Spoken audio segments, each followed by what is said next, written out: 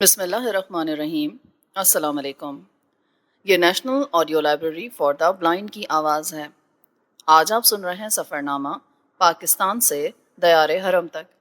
اس کے مصنف ہیں نسیم حجازی اور آواز لبابہ حیدر کی ہے۔ اس کتاب کے لیے ہم سے تعاون کیا ہے مجاہد صاحب نے۔ مزید کتابیں سننے کے لیے ہمارے یوٹیوب چینل کو سبسکرائب کریں اور کتابوں کی ریکارڈنگ کے سلسلے میں ہمارے نمبر 03214342 پر ہم سے رابطہ کریں۔ شکریہ۔ عرب کا حال اور مستقبل۔ سعودی عرب میں میرا قیام بہت مختصر تھا اور میں اس کے موجودہ سیاسی اور معاشرتی حالات کے متعلق کچھ جاننے کا دعویٰ نہیں کر سکتا۔ پھر وہاں میرے دل میں ایک سیاح کے تجسس سے زیادہ ایک زائر کی عقیدت اور محبت کے جذبات موزن تھے۔ تاہم بعض باتیں ایسی ہیں جن کا ذکر کیے بغیر یہ سفر نامہ غیر مکمل معلوم ہوتا ہے۔ قائرین کے لیے یہ جاننا دلچسپی سے خالی نہیں ہوگا کہ سعودی عرب کا معاشرہ لوٹ مار، چوری اور دوسرے اخلاقی جرائم سے بہت حد تک پاک ہے۔ بدامنی کے ادوار میں بدوی لوگ لوٹ مار کے لیے مشہور تھے، لیکن ابن سعود کے عہد حکومت میں سختی کے ساتھ شرعی قوانین کے نفاذ کے بعد وہاں کے حالات یکسر بدل گئے ہیں۔ چور کے لیے ہاتھ کاٹ دینے کی سزا بظاہر بہت سخت معلوم ہوتی ہے، لیکن اس کا نتیجہ یہ ہے کہ جہاں مغرب کے انتہائی تربیت یافتہ ممالک کی پولیس اور عدالتیں اپنی مستعدی اور ہوشیاری کے باوجود اس جرم کا سدباب نہیں کر سکیں، اور یورپ اور امریکہ کے خوشحال ترین ممالک میں چوری اور لوٹ مار کی بے شمار وارداتیں ہوتی رہتی ہیں، وہاں عرب میں شاذ و نادر ہی اس قسم کے واقعات رونما ہوتے ہیں۔ دوسرے ملکوں میں جیلیں بعض مجرموں کے لیے تربیت گاہوں کی شکل اختیار کر لیتی ہیں۔ بعض اوقات ایک معمولی چور سزا کاٹنے کے بعد ایک بڑا ڈاکو یا قاتل بن جاتا ہے، لیکن عرب میں ایک چور ہاتھ کٹوانے کے بعد لاکھوں انسانوں کے لیے نمونہ عبرت ثابت ہوتا ہے اور اسے دیکھنے والے چوری کے تصور تک سے کانپ اٹھتے ہیں۔ شاہ عبد العزیز کے زمانے میں چند چوروں اور قاتلوں کو جو سزائیں دی گئی تھیں، ان کے اثرات آج بھی کئی سال بعد محسوس کیے جا سکتے ہیں۔ ان سزاؤں کا مقصد جرائم سے نفرت پیدا کرنا تھا، اور آج عرب کے پسماندہ لوگ بھی چوری سے اس قدر نفرت کرتے ہیں کہ اگر آپ سڑک پر کوئی چیز پھینک دیں تو کوئی اسے ہاتھ لگانے کی جرت نہیں کرے گا۔ وہاں مکانوں کو تالے لگانے کی ضرورت پیش نہیں آتی۔ عوام صوم و صلات کے پابند ہیں، اذان سنتے ہی سب کام چھوڑ کر مسجد میں جمع ہو جاتے ہیں۔ حکومت بھی اس بات کا خاص خیال رکھتی ہے کہ عوام اس اخلاقی بے راہ روی سے محفوظ رہیں جو کسی معاشرے میں عریانی، بے حیائی اور عورتوں اور مردوں کے آزادانہ میل جول سے پیدا ہوتی ہے۔ عورت کو ابھی تک وہاں شمع محفل کی بجائے چراغ خانہ سمجھا جاتا ہے۔ سعودی عرب غالباً دنیا کا واحد ملک ہے جہاں کوئی سینما یا تھیٹر نہیں۔ زہران میں آئل کمپنی کے غیر ملکی ملازموں کی تفریح کے لیے ایک سینما ہے، لیکن مسلمانوں کو وہاں جانے کی ممانعت ہے۔ شراب نوشی پر سخت پابندی ہے اور حکومت اس بات کا خیال رکھتی ہے کہ باہر سے شراب کا ایک قطرہ بھی عرب کی حدود میں داخل نہ ہو۔ عرب کی شہری سوسائٹی بھی ان برائیوں سے بہت حد تک پاک ہے جو عوام کو ایک اسلامی معاشرے کی اخلاقی حدود پھاندنے کی ترغیب دے سکتی ہیں۔ مگر اس خوشگوار تصویر کا ایک تکلیف دہ پہلو بھی ہے، اور وہ یہ کہ سعودی عرب کے بعض عمرہ آج بھی اپنے گھروں میں لونڈیاں اور غلام رکھتے ہیں، اور یہ لوگ عام طور پر لبنان، مسقط اور عمان وغیرہ سے لا کر یہاں فروخت کیے جاتے ہیں۔ مجھے اس مسئلے پر جن لوگوں سے تبادلہ خیالات کا موقع ملا، وہ میرے اس سوال کا کوئی تسلی بخش جواب نہیں دے سکے کہ موجودہ دور میں غلام یا لونڈی کی خرید و فروخت کہاں تک جائز ہے۔ مجھے صرف یہ بتایا گیا کہ ہمسایہ علاقوں کے تاجر کسی نہ کسی بہانے بعض افراد کو یہاں لے آتے ہیں اور ان کی زبان سے یہ اعلان کروایا جاتا ہے کہ وہ غلام ہیں، اور سعودی عرب کے خریدار ان کا سودا جائز قرار دینے کے لیے اس اعلان کو کافی سمجھ لیتے ہیں، اور اس قسم کی تفصیلات میں جانے کی ضرورت محسوس نہیں کی جاتی کہ یہ لوگ غلام کیسے بن گئے یا انہیں کن حالات میں یہاں لایا جاتا ہے۔ یہ ہو سکتا ہے کہ غلاموں کا کاروبار کرنے والے تاجر بعض لوگوں کو چھوٹی عمر میں اغوا کر کے یہاں پہنچا دیتے ہوں، یا بعض لوگ اپنی اقتصادی بدحالی سے تنگ آ کر ان تاجران کے ساتھ اپنی آزادی کا سودا چکا لیتے ہوں۔ بہرحال یہ ایک ایسی بردہ فروشی ہے جسے کسی حالت میں جائز قرار نہیں دیا جا سکتا۔ سعودی عرب کے عمرہ کے ہاتھ ان لوگوں کے برضا و رغبت فروخت ہونے کی یہ سب سے بڑی وجہ ہے کہ وہاں دولت کی فراوانی ہے، اور یہ لوگ ان کے غلام بننے کے باوجود اپنے علاقوں کے نجی ملازموں سے زیادہ فراغت کی زندگی بسر کرتے ہیں۔ ایک رات میں مدینہ منورہ کے ایک ہوٹل میں کھانا کھا رہا تھا کہ ایک انتہائی خوش پوش نوجوان آیا اور میرے قریب کافی پینے بیٹھ گیا۔ اس کے لباس اور اطوار سے یہ معلوم ہوتا تھا کہ وہ کسی امیر گھرانے کا چشم و چراغ ہے، لیکن جب تھوڑی دیر بعد وہ اٹھ کر چلا گیا تو ہوٹل کے مالک نے مجھے بتایا کہ وہ مدینہ کے گورنر کا غلام ہے۔ میں نے کہا وہ تو خود گورنر معلوم ہوتا تھا۔ اس کے بعد چند اور آدمیوں کے ساتھ بھی غلامی کے مسئلے پر گفتگو ہوئی اور مجھے معلوم ہوا کہ اہل عرب پر اسلامی روایات کا اتنا اثر ضرور ہے کہ وہ اپنے غلاموں کے ساتھ انتہائی فیاضی سے پیش آتے ہیں۔ جو کھانا خود کھاتے ہیں وہی غلاموں کو کھلاتے ہیں، جو لباس خود پہنتے ہیں وہی انہیں پہناتے ہیں۔ یہاں آقا کی خوشحالی کا اندازہ اس کے غلام کے چہرے سے لگایا جاتا ہے۔ عام عربوں کی نسبت ان غلاموں کی حالت کہیں بہتر ہے۔ مالک کام لینے سے زیادہ ان کی ناز برداری کرتے ہیں۔ جدہ میں ایک انتہائی روشن خیال آدمی سے میری ملاقات ہوئی۔ یہ صاحب ریاض کے عمرہ کے خانگی حالات سے گہری واقفیت رکھتے تھے اور انہوں نے اس مسئلے پر گفتگو کرتے ہوئے کہا، سعودی عرب میں غلام اور لونڈیاں رکھنے والے عمرہ کی تعداد انگلیوں پر گنی جا سکتی ہے، اور میں اس بردہ فروشی کو انتہائی معیوب سمجھتا ہوں۔ تاہم یہ لوگ اپنی حالت پر اس قدر قانع ہیں کہ ان میں سے شاید ہی کوئی ایسا ہو جو واپس اپنے وطن جانا پسند کرتا ہو۔ ان صاحب کی باتیں سننے کے بعد میرا اندازہ تھا کہ اگر ان غلاموں اور لونڈیوں کو زبردستی عرب کی حدود سے باہر نکال دیا جائے تو بھی وہ اپنے آقاؤں کے پاس واپس بھاگ آئیں گے۔ لیکن ان تمام باتوں کے باوجود یہ لوگ غلام کہلاتے ہیں اور سعودی حکومت ان کی خرید و فروخت کو جائز قرار دینے کے لیے کوئی معقول عذر پیش نہیں کر سکتی۔ کاش سعودی علماء جنہیں دین کے ہر مسئلے میں حکومت کے رہنما ہونے کا دعویٰ ہے اس بدعت کی طرف توجہ دے سکیں۔ غلام بنانے کے لیے کسی کا دولت مند ہونا یا غلام بننے کے لیے کسی کا بےکس اور حاجت مند ہونا کافی نہیں۔ ایک سیاح پڑوس کے اسلامی ممالک دیکھنے کے بعد جب عرب میں داخل ہوتا ہے تو اسے یہ محسوس ہوتا ہے کہ یہاں وقت کی رفتار ڈھیلی پڑ گئی ہے اور عوام بہت حد تک 20ویں صدی کے اس مد و جزر سے محفوظ ہیں جس نے ہمسایہ ممالک کے عوام کو ایک ذہنی اضطراب میں مبتلا کر رکھا ہے۔ یہ لوگ ایٹمی دور کے برق رفتار قافلوں سے منزلوں پیچھے نظر آتے ہیں، تاہم اپنے بدوی خصائل کے باعث وہ اس احساس کمتری کا شکار نہیں ہوئے جس کے باعث مشرق کی پسماندہ اقوام مغرب کی نقال بن کر رہ گئی ہیں۔ وہ آج بھی اپنی زبان، اپنے لباس اور اپنے کلچر پر فخر کرتے ہیں۔ عرب اپنے مادی وسائل کے اعتبار سے ہمیشہ ایک غریب ملک تھا، اور یہی وجہ تھی کہ اہل عرب عیش و آرام کی زندگی کے دلدادہ نہ تھے۔ وسائل حیات کی کمیابی انہیں بیدار و متحرک رکھتی تھی، اور زندہ رہنے کے لیے ایک نہ ختم ہونے والی جدوجہد کے دوران انہیں ہمیشہ اپنے بدویانہ خصائل کا سہارا لینا پڑتا تھا۔ لیکن اب صحرا عرب کے یہ جفاکش اور غریب باشندے ایک نئی صورتحال کا مقابلہ کر رہے ہیں۔ جب تک بکریاں اور اونٹ چرا کر اپنی روزی حاصل کرنے کا مسئلہ تھا، وہاں ادنا اور اعلیٰ اور امیر و غریب کے درمیان کوئی حد فاصل نہ تھی، رائی اور ریت کے درمیان کوئی ناقابل عبور خلیج حائل نہ تھی۔ لیکن اب عرب میں بڑی تیزی کے ساتھ ایک معاشی انقلاب آ رہا ہے، اور مجھے اندیشہ ہے کہ اگر اس انقلاب سے صحیح فوائد حاصل کرنے کی کوشش نہ کی گئی تو اس بدوی سوسائٹی کی بنیادیں خطرے میں پڑ جائیں گی جسے صدیوں کے بیرونی انقلابات متاثر نہیں کر سکے۔ بے آب و گیا صحرا کی وسعتیں صدیوں سے عربوں کی تہذیب و روایات کی حفاظت کر رہی ہیں،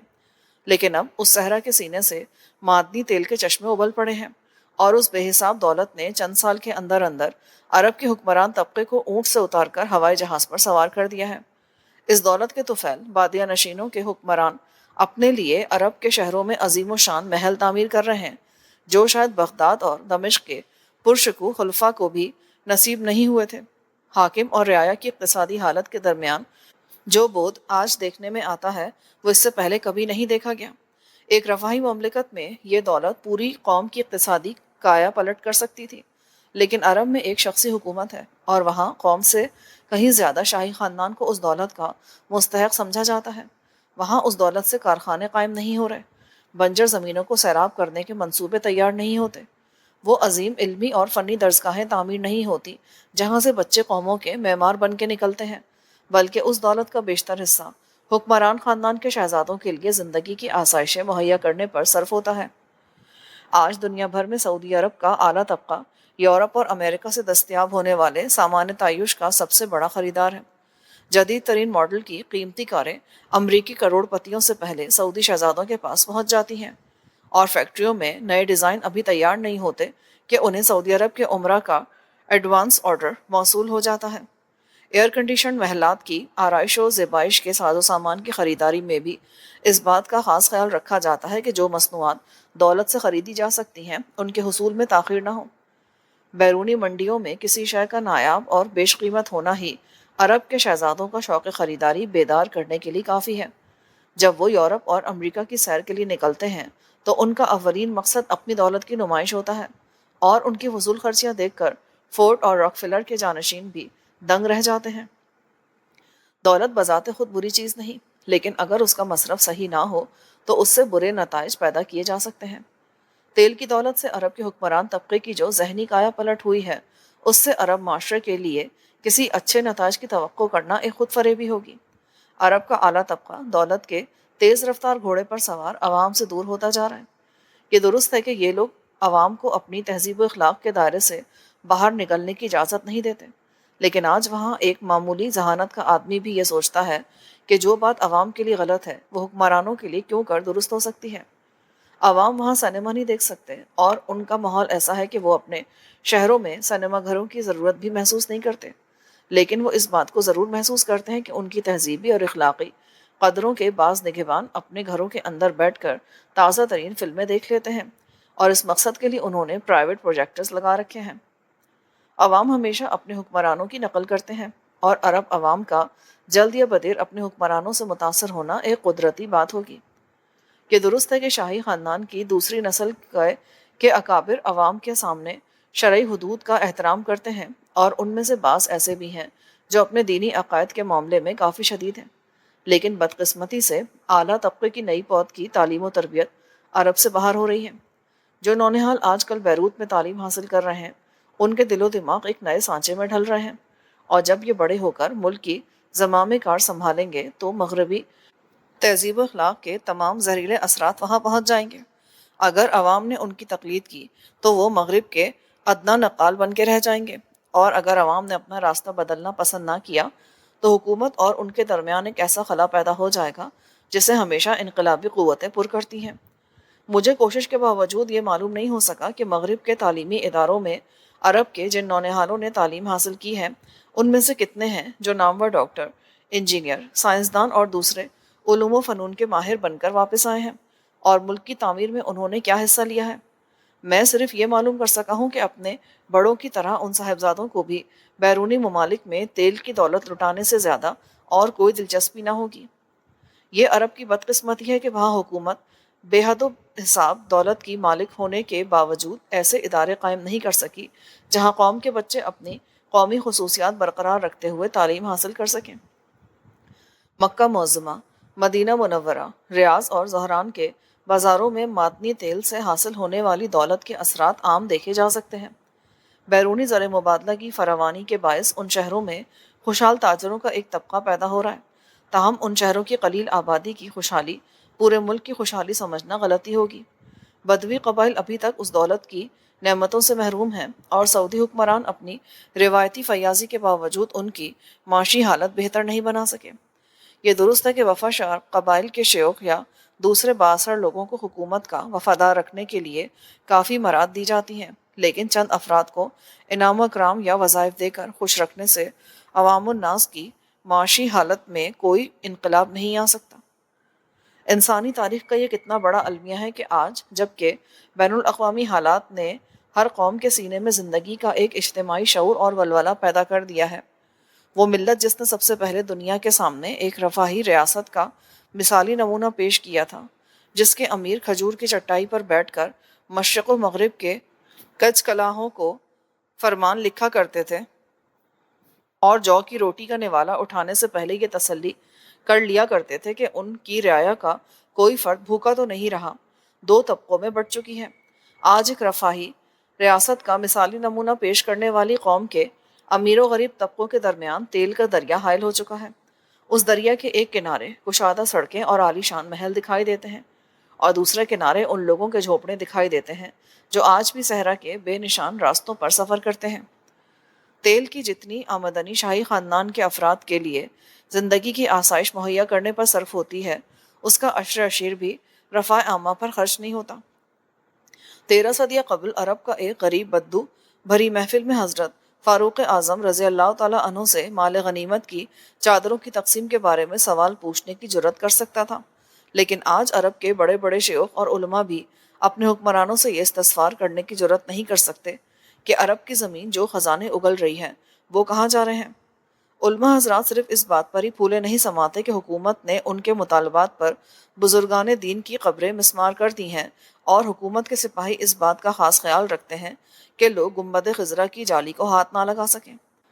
ان معاملات میں سعودی علماء کی انتہا پسندی کا یہ عالم ہے کہ حدیبیہ کے مقام پر جس چھوٹی سی مسجد کا میں نے ذکر کیا ہے وہ حال ہی میں شہید کر دی گئی ہے، اور حکومت کے اس افسوسناک اقدام کی وجہ یہ بیان کی جاتی ہے کہ باہر سے آنے والے لوگ اس مقدس مقام کے ساتھ جس عقیدت اور محبت کا اظہار کرتے تھے اس سے ان حضرات کے جذبات مجروح ہوتے تھے۔ حجاز میں بے شمار ایسے مقامات ہیں جن کے ساتھ اسلام کے ماضی کی ناقابل فراموش یادیں وابستہ ہیں، اور جنہیں دیکھ کر ایک مسلمان اپنی روح میں ایک تازگی محسوس کرتا ہے، لیکن سعودی علماء کی یہی کوشش ہوتی ہے کہ لوگ وہاں نہ جائیں، یہاں تک کہ مقامی لوگ کسی کو غار ہرا یا غار ثور جیسے مقامات کا راستہ بتانے سے بھی اجتناب کرتے ہیں۔ مشرق وسطیٰ کے دوسرے ممالک جن بیرونی خطرات کا سامنا کر رہے ہیں، سعودی عرب ان سے آزاد نہیں۔ اسرائیلی ریاست عرب ممالک کے وجود میں ایک رستے ہوئے ناسور کی حیثیت اختیار کر چکی ہے۔ عرب جمہوریہ عراق اور شرق اردن کے عوام صہیونیت کے خطرے سے پوری طرح باخبر ہیں، اور وہاں کی حکومتیں بھی اپنے اختلافات کے باوجود یہ محسوس کرتی ہیں کہ صہیونی جہریت سے ان کے تحفظ کی واحد ضمانت ان کی فوجی قوت ہے۔ لیکن سعودی عرب دفاعی لحاظ سے جتنا کمزور آج ہے اتنا کمزور شاید پہلے کبھی نہ تھا، وہاں فوج نہ ہونے کے برابر ہے۔ حکمران طبقہ نے گزشتہ چند برس میں جو دولت خوبصورت کارواں اور ذاتی ضرورت کے سنہری طیاروں اور آسائش کے دوسرے ساز و سامان کی خریداری پر صرف کی ہے، اگر وہ ملک کے دفاع پر خرچ کی جاتی تو آج سعودی عرب کے پاس مشرق وسطیٰ کی مضبوط ترین فوج ہوتی۔ سعودی عرب کے بدوی قبائل انتہائی جنگجو اور بہادر ہیں، اور حکومت کے پاس انہیں بہترین اسلحہ مہیا کرنے کے لیے روپے کی کمی نہ تھی، لیکن وہاں ملک کی دفاعی ضرورت سے زیادہ اس بات کا خیال رکھا جاتا ہے کہ حکمران خاندان کو اپنی حفاظت کے لیے کتنے سپاہیوں کی ضرورت ہے۔ چند برس قبل عرب کو ایک بڑی تعداد میں مستقل فوج کی ضرورت نہ تھی، اور حکومت صرف بدوی قبائل کے تعاون سے معمولی قسم کے بیرونی خطرات کا مقابلہ کر سکتی تھی۔ لیکن جب سے مغرب کی سامراجی طاقتوں نے ممالک عرب کی شرک پر صہیونیت کا خنجر رکھ دیا ہے، مشرق وسطیٰ کا کوئی ملک ایک مستعد فوج کے بغیر اطمینان کا سانس نہیں لے سکتا۔ یہ کتنی عجیب بات ہے کہ اسرائیلی ریاست اپنے محدود اقتصادی وسائل کے باوجود اپنی فوجی قوت کے لحاظ سے مشرق وسطیٰ کے ہر ملک سے زیادہ مضبوط ہے۔ یہودیوں کے پاس سعودی عرب کی طرح معدنی تیل کے ذخیرے نہیں، وہ باہر سے خام تیل حاصل کرتے ہیں اور اسے صاف کر کے اپنی ضرورت پورا کرنے کے علاوہ باہر بھیج کر روپیہ کماتے اور جدید ترین اسلحہ خریدتے ہیں۔ انہوں نے چند برس کے اندر اندر فلسطین میں جس مضبوطی سے قدم جمائے ہیں اور زندگی کے ہر شعبے میں جو ترقی کی ہے وہ اہل عرب ممالک کی آنکھیں کھول دینے کے لیے کافی ہے، لیکن سعودی عرب کو ابھی تک یہودیوں کے جارحانہ عزائم کا پوری طرح احساس نہیں ہوا۔ مجھے بتایا گیا کہ سعودی عرب کی موجودہ حکومت فوج کی حالت بہتر بنانے کی فکر میں ہے، لیکن یہ نیم دلانہ کوششیں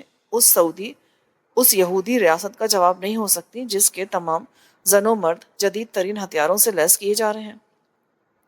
میں اپنی محدود معلومات کے باوجود سعودی عرب سے یہ تاثر لے کر آیا ہوں کہ وہاں کے عوام دیر تک اپنی حالت پر قانے نہیں رہ سکتے۔ چند افراد کی خوشحالی یا فراغت کسی قوم کے لیے زندگی کے اجتماعی ولولے کا نعم البدل نہیں ہو سکتی۔ سعودی عرب کے باشندے بین الاقوامی سیاست کے اس مد و جزر سے الگ تھلگ نہیں رہ سکتے جس نے دوسرے عرب ممالک کے عوام کو ایک اضطراری اور سیمابی کیفیت میں مبتلا کر رکھا ہے۔ اہل عرب جب اپنے ماضی کی طرف دیکھتے ہیں تو ان کی نگاہیں اپنے ان بزرگوں کے پاؤں کے نقوش پر رک جاتی ہیں جو 13 صدیاں قبل زندگی کے ہر میدان میں اقوام عالم کے مشعل بردار تھے۔ یہ ماضی ان کے سامنے ایک ایسے خوشحال معاشرے کی تصویر پیش کرتا ہے جس میں غریب اور امیر، ادنا اور اعلیٰ، یا رائی اور ریت کے درمیان مرمری دیواریں حائل نہ تھیں۔ یہ ماضی انہیں ان خلفاء کی یاد دلاتا ہے جو روم اور ایران جیسی پرشکوہ سلطنتوں کا تختہ الٹنے کے باوجود اپنے لباس کو پیوند لگایا کرتے تھے۔ عمر فاروق رضی اللہ تعالیٰ عنہ کا زمانہ عربوں کی دنیاوی ترقی، خوشحالی اور ذہنی آسودگی اور روحانی سکون کا سنہری زمانہ تھا، اور آج عربوں کے سینے میں زندگی کا ایک اجتماعی ولولہ پیدا کرنے کے لیے اسی دور کی حسین روایات کو زندہ کرنے کی ضرورت ہے۔ اپنے تعلیمی اور سیاسی پسماندگی اور معاشرے کی اقتصادی ناہمواری کے باوجود عرب ایک زندہ قوم ہے، اور ایک زندہ قوم ایک غیر معین عرصے تک جامد و ساکت نہیں رہ سکتی۔ جس قافلے کے رہنما اسے صحیح راستہ نہ دکھا سکیں وہ بسا اوقات اضطراب کی حالت میں غلط راستہ بھی اختیار کر لیتا ہے۔ عربوں کے لیے یہ کافی نہیں کہ تیل کی دولت سے ریاض اور دوسرے شہروں میں ان کے لیے عالی شان محل تعمیر ہو رہے ہیں، یا ان کے لیے بہترین کاریں اور عیش و آرام کی دوسری چیزیں خریدی جا رہی ہیں، یا لبنان اور دوسرے مغربی شہروں کے عشرت قدے ان کے دم سے آباد ہیں۔ اگر چند متمول گھرانوں کے نوجوان یورپ کی بعض زبانوں میں معمولی دسترس پیدا کر کے یا مغربی تہذیب و اخلاق کے نقال بن کر ایک پسماندہ ملک کو ترقی کی راہ پر ڈال سکتے ہیں، تو سعودی عرب کا طبقہ اعلیٰ بلا شبہ اس میدان میں اپنی سابقہ کوتاہیوں کی تلافی کے لیے کوشاں ہے۔ مغربی ممالک میں سعودی عرب کے طلباء نے اسکولوں سے زیادہ نائٹ کلبوں میں نام پیدا کیا ہے۔ میرا خیال ہے کہ یہ نونہال صرف بیروت کی نائٹ کلبوں میں جتنا روپیہ ضائع کرتے ہیں وہ شاید سعودی عرب کے پورے تعلیمی بجٹ سے بھی زیادہ ہو۔ عرب نے اپنی انتہائی مفلسی یا سیاسی بدحالی کے ایام میں بھی کسی بیرونی تہذیب کے مضر اثرات قبول نہیں کیے تھے، لیکن آج تیل کی دولت نے ان پر مغربی تہذیب کے اس خطرناک سیلاب کے دروازے کھول دیے ہیں جو بدوی سوسائٹی کی تمام اخلاقی اور روحانی بنیادوں کو تہ و بالا کر سکتا ہے۔ افراد کی طرح اقوام کو بھی زندہ رہنے کے لیے کسی منزل مقصود یا نصب العین کی ضرورت ہوتی ہے، کسی ایسے نصب العین کی ضرورت جس کے حصول کے لیے عوام اپنی تمام ذہنی اور جسمانی صلاحیتیں بروئے کار لا سکیں۔ سیاسی نظریات کی کشمکش کے اس دور میں عرب عوام جب اپنے منفی خلا سے باہر جھانکتے ہیں تو سب سے پہلے ان کی توجہ عرب نیشنلزم کی تحریک کی طرف مبذول ہوتی ہے۔ انہیں اپنی جامد اور ساکت زندگی سے ایک اکتاہٹ محسوس ہوتی ہے اور وہ اپنے مصری اور شامی بھائیوں کے اضطراب میں حصے دار بننا چاہتے ہیں۔ جمال عبد الناصر انہیں ایک ہمسائے ریاست کا حکمران نہیں بلکہ اقوام عرب کا ایک نقیب دکھائی دیتا ہے۔ انہیں اس بات سے غرض نہیں کہ جمال عبد الناصر اپنے ساتھ جو قافلہ لے کر نکلا ہے اس کی آخری منزل کیا ہے یا اس کے عزائم کس حد تک اسلام کی حدود کے اندر ہے۔ وہ صرف یہ جانتے ہیں کہ جمال عبد الناصر ملت عرب کے دشمنوں کا دشمن ہے۔ اس نے صہیونیت کے ساتھ ٹکر لی ہے۔ اس نے مغرب کی ان سامراجی طاقتوں کے دانت کھٹے کیے ہیں جن کی چیرہ دستیوں کے باعث فلسطین تقسیم ہوا تھا اور 10 لاکھ عرب اپنے گھروں سے نکال دیے گئے تھے۔ وہ عرب جمہوریہ کے اقتصادی وسائل کو اپنے عیش و آرام پر صرف نہیں کرتا اور ملک کی آمدنی کی ایک ایک کوڑی اس کی دفاعی اور تعمیری ضروریات پر صرف کرتا ہے، اس لیے وہ اسے اپنا ہیرو خیال کرتے ہیں۔ سعودی عرب کے عوام کے ذہنی خلا میں عرب قومیت کی تحریک کو جگہ مل رہی ہے۔ وہ جمال عبد الناصر کے نعروں سے متاثر ہو رہے ہیں کیونکہ ان کے حکمران انہیں کوئی ایسا نعرہ نہیں دے سکتے جو ان کا خون گرما سکتا ہو۔ قاہرہ اور دمشق کے اخبارات اور صوت العرب کی نشریات بڑی تیزی سے ان کی ذہنی کایا پلٹ رہی ہیں۔ آج سے چند برس قبل اخوان المسلمون نے اسلام کے آیا کے حق میں جو ولولہ بیدار کیا تھا وہ عرب نیشنلزم کے ہنگاموں میں دب چکا ہے، اور یہ عالم اسلام کی بدقسمتی ہے کہ موجودہ دور میں جبکہ سیاسی اور اقتصادی حالات نے اقوام یورپ کو نسلی اور لسانی قومیت کے محدود دائروں سے نکال کر ایک دوسرے کے ساتھ تعاون اور اشتراک پر مجبور کر دیا ہے، ممالک عرب ایک ایسی تحریک سے متاثر ہو رہے ہیں جو اسلام کی عالمگیر اخوت کے تصور کے منافی ہے اور ان عرب اور غیر عرب مسلمانوں کے درمیان اجنبیت کی دیواریں کھڑی کر سکتی ہے جو صدیوں سے کسی سیاسی مصلحت یا اقتصادی مجبوری کے بغیر ایک ملت کے وجود کے اعضا سمجھے جاتے ہیں۔ لیکن عرب نیشنلزم کے حامیوں پر نکتہ چینی کرتے ہوئے ہم ارض پاک کے ان پاسبانوں کی کوتاہی اور غفلت سے چشم پوشی نہیں کر سکتے جو دین اسلام کی حیات بخش قوتوں کو اپنے عوام کی ڈھال اور تلوار بنانے سے قاصر رہے ہیں۔ اگر عرب قومیت کے تصور نے بین الاسلامی اتحاد کی جگہ لے لی تو یہ اسلام کی شکست نہیں ہوگی بلکہ یہ عرب ممالک کے ان رہنماؤں کی شکست ہوگی جو اپنے عوام کے سامنے اسلامی سیرت و کردار کا نمونہ پیش نہیں کر سکے اور ان قافلوں کو صراط مستقیم نہیں دکھا سکے جنہیں موجودہ دور کے سیاسی مد و جزر نے بے چین و مضطرب کر رکھا ہے۔ آج جبکہ دنیا کی ہر قوم تاروں پر کمندر ڈالنے کے لیے بے چین نظر آتی ہے، سعودی عرب کے عوام کے لیے یہ کافی نہیں کہ حکمران خاندان کے چند افراد نے اپنی کاریں دوڑانے کے لیے 2-3 کشادہ سڑکیں تعمیر کر لی ہیں۔ ان کی روح کی تسکین ہمسایہ اقوام کی مادی ترقی کا جواب ہو سکتی ہے، لیکن ایسی روحانی تسکین کے سامان صرف ایسے حکمران مہیا کر سکتے ہیں جن کی زندگی کا ہر سانس ملت کے درد سے لبریز ہو، جو عوام کے سامنے دنیا کی نعمتوں کے انبار لگا دیں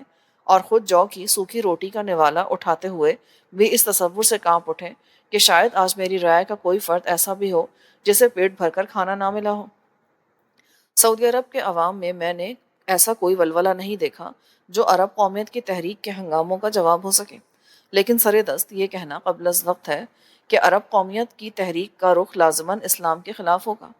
عرب اگر چاہیں تو اپنے قومی اتحاد کے باوجود اسلام کے ساتھ ایسے روحانی رشتوں کو پہلے سے زیادہ مضبوط بنا سکتے ہیں۔ عراق کے واقعات اور اشتراکی عناصر کی چیرادستیوں نے اس تحریک کے رہنماؤں کو یہ سوچنے پر مجبور کر دیا ہے کہ روحانی عقیدے کے بغیر ان کا نسلی اتحاد ممالک عرب کے مسائل حل نہیں کر سکتا۔ چنانچہ اخوان کے متعلق جمال عبد الناصر کی پالیسی میں ایک خوشگوار تبدیلی آ رہی ہے اور سعودی العرب سے اسلام کے حق میں بھی پرجوش نعرے سنائی دیتے ہیں۔ اگر یہ خوشگوار تبدیلی ہنگامی مصلحتوں کا نتیجہ نہیں تو بہت ممکن ہے کہ آگے چل کر اس تحریک کا سارا رخ بدل جائے۔ گزشتہ نصف صدی کے دوران یورپ کے انقلاب نے یہ ثابت کر دیا ہے کہ نسلی قومیت کی تحریک کسی ملک کے عوام میں ایک عارضی مدت کے لیے جذباتی ہیجان تو پیدا کر سکتی ہے، لیکن کسی نظریہ حیات کی جگہ نہیں لے سکتی۔ موجودہ حالات نے اقوام عالم کو نسلی اور علاقائی قومیتوں کے محدود دائروں سے باہر نکل کر مختلف اور متصادم نظریاتی دھڑوں یا بلاکوں سے منسلک ہونے پر مجبور کر دیا ہے، اور عربوں کی سب سے بڑی قوت وہ نظریہ حیات ہے جس نے دنیا کے کروڑوں مسلمانوں کو بلا امتیاز رنگ و نسل ان کے ساتھ ایک ذہنی اور روحانی رشتے میں منسلک کر رکھا ہے۔ مجھے یقین ہے کہ عرب قومیت کے علمبردار بھی اس رشتے کی اہمیت سے بے خبر نہیں ہو سکتے، جس کی تجدید سے نہ صرف عرب ممالک کے سیاسی اختلافات دور ہو سکتے ہیں بلکہ عرب اور غیر عرب مسلمانوں کے درمیان بھی اجنبیت کی کوئی دیوار باقی نہیں رہتی۔ عرب قومیت کے سیلاب کی تند و تیز لہریں عراق، شرق اردن اور تیونس میں جمال عبد الناصر کے سیاسی حریفوں کو مروب نہیں کر سکیں، لیکن قاہرہ سے اسلام کے جو مبلغ افریقہ بھیجے گئے ہیں انہوں نے ایک قلیل عرصہ میں حیرت انگیز کامیابیاں حاصل کی ہیں۔ یہاں تک کہ یورپ اور امریکہ کے مشن جو گزشتہ صدی سے اپنے لامحدود اقتصادی وسائل کے بلبوتے پر افریقہ میں عیسائیت کے جھنڈے گاڑنے کے لیے کوشاں تھے، یہ اعتراف کرنے پر مجبور ہو گئے ہیں کہ وہاں اسلام کا مستقبل عیسائیت کی نسبت کہیں زیادہ درخشاں ہے۔ ایک مختصر سے عرصہ میں افریقہ کے لاکھوں باشندے اسلام قبول کر چکے ہیں۔ اگر عرب جمہوریہ کے رہنما کا منتہائے نظر اپنے سیاسی اثر و رسوخ کو وسیع کر کے بین الاقوامی سیاست میں کوئی اہم مقام حاصل کرنا ہو تو بھی اسلام ہی وہ ضابطہ حیات ہے جو ایک طرف عرب ممالک کے درمیان کسی پائیدار اتحاد کی بنیادیں فراہم کرتا ہے اور دوسری طرف ایک ایسے بین الاقوامی بلاک کی تشکیل کا ذریعہ بن سکتا ہے جو بلا امتیاز رنگ و نسل افریقہ اور ایشیا کے ہر مسلمان کے لیے یکساں خیر و برکت کا باعث ہو۔ اسلام کی کوئی تعلیم عربوں کے اتحاد کے منافی نہیں، بلکہ اس کی بدولت عرب اور غیر عرب مسلمان ایک صف میں کھڑے ہو سکتے ہیں، لیکن نیشنلزم کا نقطہ آغاز ہی بین الاقوامی اتحاد کی نفی کرتا ہے۔ مجھے یقین ہے کہ یہ دو تحریکیں مشرق وسطیٰ میں زیادہ عرصہ تک ایک ساتھ نہیں چلیں گی۔ اسلام یا عرب نیشنلزم میں سے کسی ایک کو دوسرے کے لیے جگہ خالی کرنی پڑے گی، اور میرا قیاس یہی ہے کہ ذہنی اضطراب کے ایک مختصر سے دور سے گزرنے کے بعد